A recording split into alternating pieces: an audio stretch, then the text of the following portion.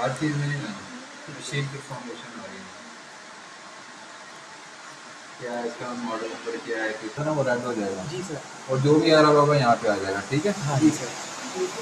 Last error आएंगे ये सारे एक्सटर्नल स्टीम जनरेटर ये सारा स्टीम प्रेशर लो ये सारे हमारे एरर हैं। ठीक है इसको साथ साथ मैनेज करना होता है हमें। ठीक हो गया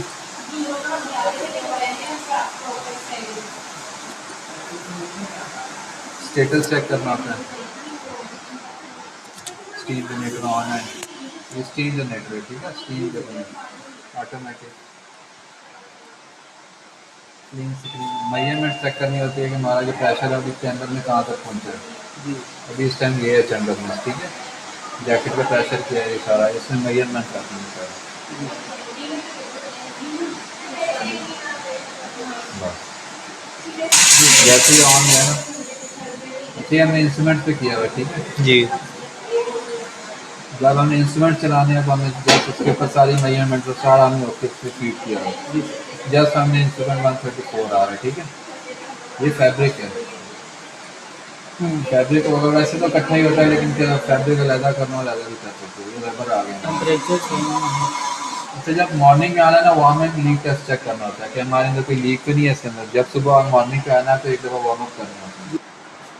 जो हमने करना है उसको बॉडी दबाने के टेस्ट बाद होता है एक लीक टेस्ट की है ये टाइप इसका जी स्पेशल नाम दिया जाता है बॉडी टेस्ट। नहीं, अगर ये होगा तो हमें कैसे पता चलेगा कि ये लीक है? शो करेगा ना। इस पे आ जाना यहाँ पे सारा मेंशन है। एरर शो हो जाएगा ना। यहाँ पे एरर लिख के आएगा कि हाँ जी। 0.0 है जितना भी है। ठीक है सर।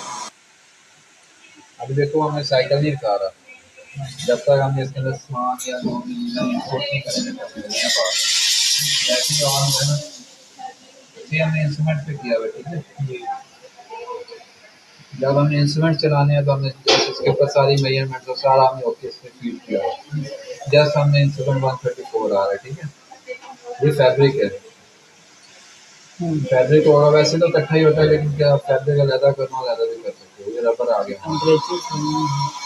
अच्छा जब मॉर्निंग में आना है ना वहाँ में लीक टेस्ट चेक करना होता है कि हमारे अंदर कोई लीक तो नहीं है इसके अंदर। जब सुबह मॉर्निंग पे आना है तो एक दफ़ा वार्म अप करना है। उसका साइकिल ये है हमारे पास। कर रहा है ना तो ये देखिए इसके साथ साथ प्रेशर भी डिक्रीज कर रहा है। तो ये बेसिकली ये शो कर रहा है कि जब हम वैक्यूम क्रिएट करेंगे ना तो टेम्परेचर ऑटोमेटिकली डिक्रीज करेगा। अच्छा जब हमने उसका प्रेशर फिर इंक्रीज करना शुरू किया तो इसका मतलब है हमने प्रेशर इंक्रीज कैसे होगा। कोई चीज़ अंदर इंजेक्ट करेंगे स्टीम डालेंगे तो फिर वो प्रेशर इंक्रीज करेगा। तो जो जो प्रेशर इंक्रीज किया तो आप एक और चीज़ ये नोट करें कि साथ साथ उसके टेम्परेचर भी इंक्रीज कर रहा है। अब टेम्परेचर जब हमने प्रेशर इंक्रीज करते गए तो टेम्परेचर और वैसे भी प्रेशर एंड टेम्परेचर जो है ना वो डायरेक्टली प्रोपोर्शनल होते हैं। तो जब आपका फ्री वैक्यूम है अभी अब देखिए दोबारा प्रेशर डिक्रीज हुआ है। अब हम इस पॉइंट पे आप ये जो कर्व का एंड है ना बेसिकली उस पॉइंट पे अभी हम खड़े हैं। तो ये कर्व का एंड है। अब ये टेम्परेचर बार बार ये इंक्रीज डिक्रीज क्यों कर रहे हैं?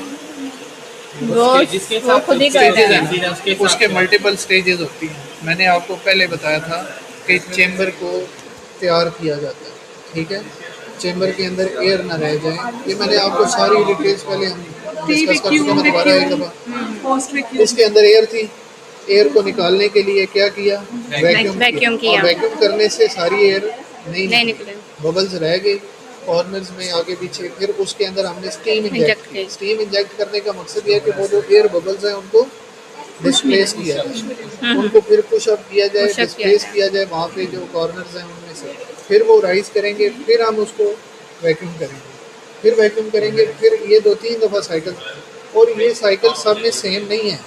हो सकता है किसी में हम एक दफ़ा ये काम करें। लिनन के केस में हमें ज़्यादा एयर का मसला नहीं है। लिनन का इशू इतना नहीं होता लेकिन इंस्ट्रूमेंट्स के केस में हमें ज़्यादा एक्सटेंसिवली ये करना पड़ता है। तो उसके प्रोग्राम्स और लिनन के प्रोग्राम में डिफरेंस होगा। इस करंट प्रोग्राम के अंदर हम अब देखिए ये टेम्परेचर यहाँ पे 100 से नीचे है काफ़ी और प्रेशर जो है वो तकरीबन 0 के नज़दीक है। 0 नहीं हो सकता। हमारी कोशिश होती है कि इसको क्लोजर टू 0 किसी तरह लेके हम क्लोजर टू 0 जब करेंगे तो देखिए टेम्परेचर भी रिड्यूस कम हो रहा है। अब हमने बेसिकली चेम्बर तैयार कर लिया। देखें हमने गैस का स्टीम सारी निकाल दी थी। टेम्परेचर फिर भी है कुछ ना कुछ ठीक है। इसका मतलब ये है कि अब चेम्बर की जो वॉल्स हैं वो बेसिकली हीटअप हो हीटअप हुई हैं। तैयार हो गए। अब हम उसके अंदर कोई चीज़ जैसे तंदूर को गर्म करके फिर आप उसमें रोटियां लगाते हैं, ये तो नहीं कि तंदूर ऑन किया और बाद ही रोटियां लगा दी, या तवे पे रोटी लगाते हुए आप ठंडे पे तो नहीं करते ना। इसी तरह इसकी जो वॉल्स होती हैं ये इनको पहले प्री हीट करना ज़रूरी है। अब ये आपको सारी साइकिल डायग्राम साथ साथ पैरामीटर्स बताती जाएगी, साथ साथ ये आपके पास बताएगा वार्म अप साइकिल शुरू हो गया।